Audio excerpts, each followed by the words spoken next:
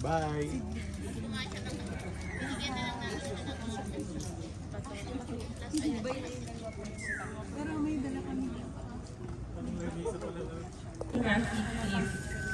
So, check niyo po kung meron kayo dyan na alcohol, late, Wala.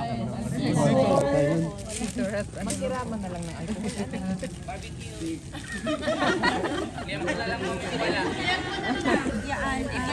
sample naman po na naibigay sa inyo. Ano po, so dapat kanya lang po siya kaikli. And then, parallel po dapat yung kanyang pagkakakat. Ay, sayang. Yung Alcohol daw. Alcohol ka daw muna.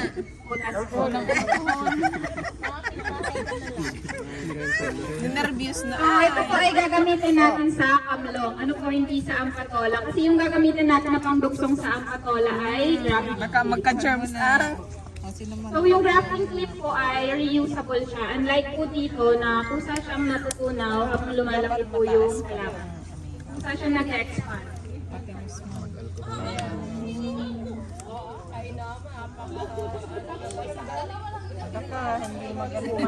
Yung isa po practice, kapag magtatanim tayo ng ampatola, kailangan po natin bantayan na kapag may tendrils na siya, so dahil po medyo mapayat yung ating seedlings, so slice po yung ating ipapractice ngayon. Kasi I doubt po na maging successful kapag yung whole insertion, kasi kailangan po yung mataba yung seedling po niya.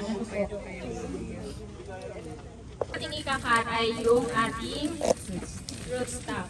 So later po, para matry nyo siya na hindi nadadamage yung ibang seedling, pwede po natin ikat yung mismong tray kung papayag po kayo.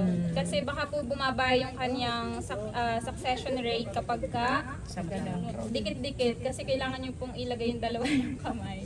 So, ito na lang pong nasa bungad. So, ang gagawin po natin ay slice method. So, ikakat nyo lang po dito sa gilid, patagilid. Ayan po. Hindi daw po nakita. Isa pa. Sige po, later po. Busin muna natin lahat. Tapos, yung pagkat nyo po ng sayon ay palihis din po. So, pipili po kayo nung medyo bata pa. Medyo bata pa. So, ito po. Sorry po, mahina ang boses ko. So, ano siya? So, kapag pinagdikit niyo po siya, kailangan ay pantay siya dun sa pagkakakat po nung ating rootstock. So, ayan po. Medyo nakatignan, tagilid siya. So, ang technique po, hawakan nyo itong natirang dahon. Tapos, ipantay nyo lang na ganan. Tapos, clip po. Yun. Okay na yun. Yung na-block lang Yung parehas na cut. Opo, yung unang cut po, tapos yung dapat ano siya, nakalapas or nakatag-off. Yes po, match siya or parallel. Ganito katagal tatagpag yung Ang bilis naman. Rewind daw. Hindi mo si 0.5. 0.5. May naka 0.5 eh. Isang tray. Bali pagka na pagdugsong po natin siya, 5 days po, 5 to 7 days sa ampatola, doon sa humidity chamber. 5 to 7 days, and then another 2 to 3 days sa recovery chamber, and then 10 days doon sa ating nursery para sa hardening method. Paano po namin, ano po pala tandaan para tatanggalin na po namin? Hanggat hindi pa po natatapos yung duration niya mula humidity, recovery, and nursery, hindi niyo po tatanggalin yung clips. Saka niyo po lang po siya tatanggalin kapag nakatransplant na siya at meron na siyang vine or yung tendrils. Kapag gumagapang na siya. Ibig sabihin po nun, matibay na siya and kaya na niya yung sarili niya. So, bali mga 5 days plus 2 Malaki na siya. Okay ka 5 days plus 2 days at saka yung isang linggo pa. Yes po. Huwag po kayo mag-alala, lahat po yun nandun sa aming brochure na pinamigay. Binabasa dapat pala. Mababasahin na po. Buti na lang tayo remind tayo, no? Pala babasahin. Tapos, Wala ko dadalhin lang. Yung isa pa po pala, hindi po kakalimutan na ikat yung edit po natin simulan. O, bago Ito daw. po, yung bago. Sige, So, yes po siya. Dito kayo magsisimula. Di ba may growing point po sa gitna. So, doon nyo isisiksik yung blade and then yung pagkat ay pababa. Tapos palihis. Palis o palit? Ayun. Yung ano. Basa. Yun po. Yung natira. Tapos balik po. Okay.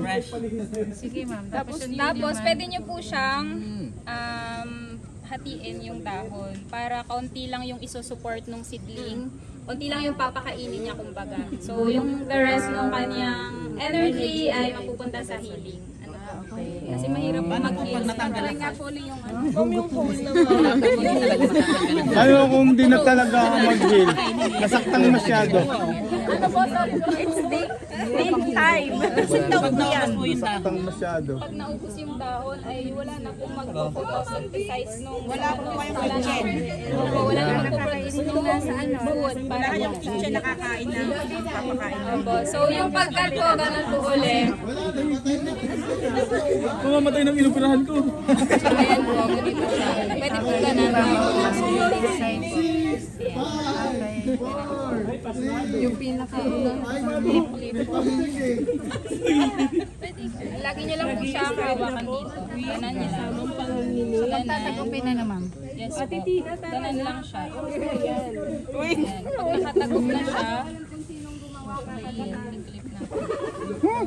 Okay na.